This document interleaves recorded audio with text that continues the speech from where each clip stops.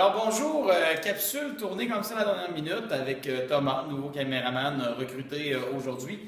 Donc, revenir sur un petit concept dont on a parlé ce matin, dont on a parlé précédemment. Pourquoi ces fractions-là sont-elles placées en ordre croissant de la plus petite à la plus grande? Bien, une demi, trois quarts, 4 cinquièmes, 5 sixièmes, 6 septièmes, 7 huitièmes. D'abord, il y a une constante. On est toujours à une partie, à une pointe de pizza d'atteindre l'entier, la pizza complète. C'est-à-dire que à une demi comme à 7 huitièmes, il ne me reste qu'à ajouter une autre partie. Si j'ai une demi, ça veut dire que j'ai coupé ma pizza en deux. Donc, une demi plus une demi, boum, je suis rentré un entier. De la même manière que 7 huitièmes, j'ai coupé ma pizza en huitièmes.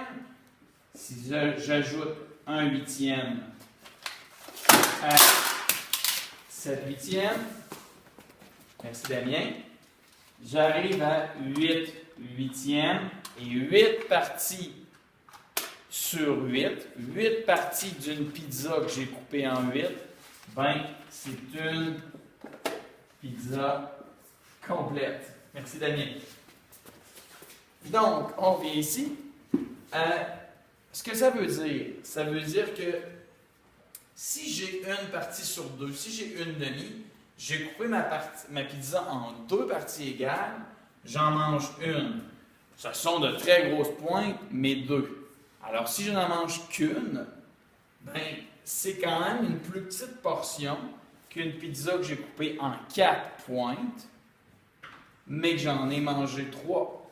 De la même manière que si je coupe une pizza en 5 pointes et que j'en mange 4, ah d'accord, parce que j'ai coupé ma pizza en 5, mes pointes sont plus petites. Par contre, à 4 pointes sur 5 de manger, j'ai beaucoup plus mangé qu'à une pointe sur 2. Bref, ce qu'il faut retenir, c'est que plus je coupe ma pizza, plus je coupe de fois ma pizza, donc plus mon dénominateur va être élevé en bas, plus mes pointes vont être petites. Okay? Donc, si je suis rendu à 7 huitièmes, j'ai 8 petites pointes, mais à 7 huitièmes, j'ai beaucoup plus mangé qu'à une demi ou trois quarts. À trois quarts, je l'ai coupé en 4, et voilà, j'en mange 3, j'ai tout ça. 7 huitièmes, j'en ai mangé beaucoup plus que 3 quarts. Je l'ai coupé en 8. On prend l'exemple ici. À 7 huitièmes, je suis rendu comme ça. Donc, au visuel, bien que mon dessin soit loin d'être parfait, on voit tout de suite que ça, cette petite pointe-là, ben, c'est obligatoirement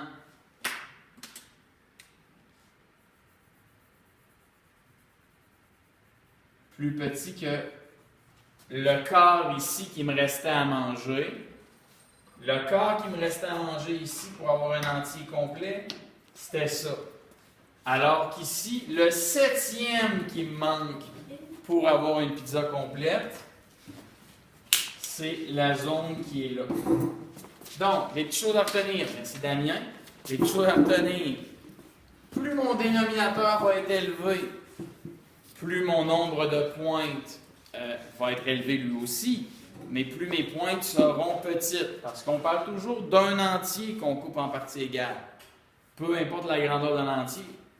Okay? Que ce soit une pizza, un train, etc. Une fois qu'on travaille avec notre dénominateur, ben, notre dénominateur, qu'est-ce qu'il nous dit? Il nous dit que l'entier qu'on a utilisé, quel qu'il soit, ben, on l'a coupé en parties égales. Mais plus notre dénominateur va être élevé, plus ces parties-là égales seront petites. Donc, quand je suis à une partie de l'entier, à une pointe de l'entier, même si je suis à 99 sur 100, mes pointes, là, 100 pointes de pizza, là, c'est 100 très petites pointes. Et quand il me reste juste une des pointes sur les 100 points pour que j'obtienne la pizza complète, ben on s'entend que j'ai mangé beaucoup plus que ce que j'ai pu manger ici. Voilà. Je sais que c'est probablement pas encore entièrement clair dans ton esprit, mais c'est quelque chose à force de manipuler, de regarder, de dessiner, de visualiser, de travailler, qui va nous amener à comprendre le concept. Merci Damien. Allez. Bye.